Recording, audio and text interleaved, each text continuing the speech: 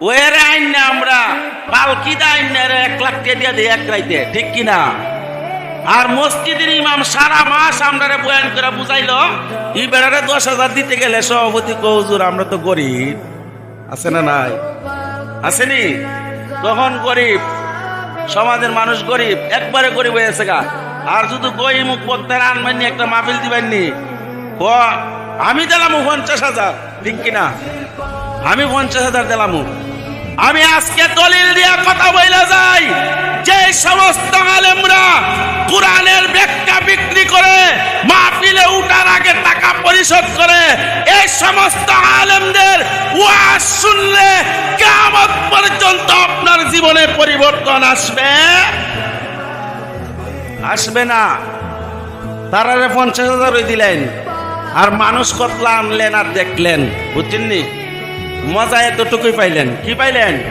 মজা এতটুকুই পাইলেন।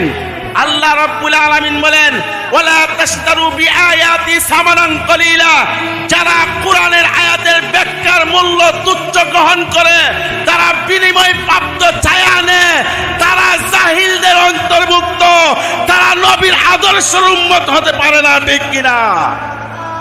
সম্ভব? আদর্শ উম্মত সম্ভব না।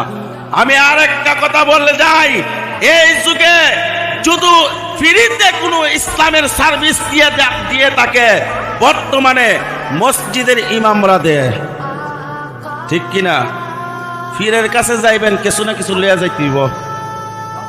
আপনি বক্তার কাছে যাইবেন, তার তো মুড়া অঙ্ক কিছু লিয়া যাইতেইব।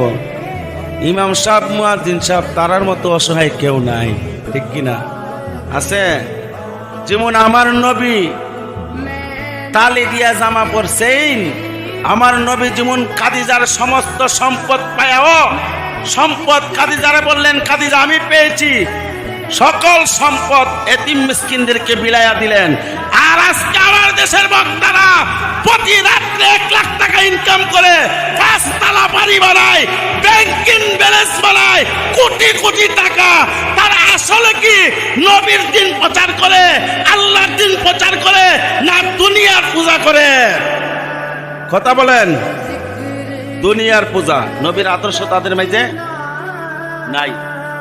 এই সমস্ত লোভী আলেমরা কখনোই মানুষকে ইবাদতের দিকে নিয়ে যাইতে পারবে? সম্ভব না।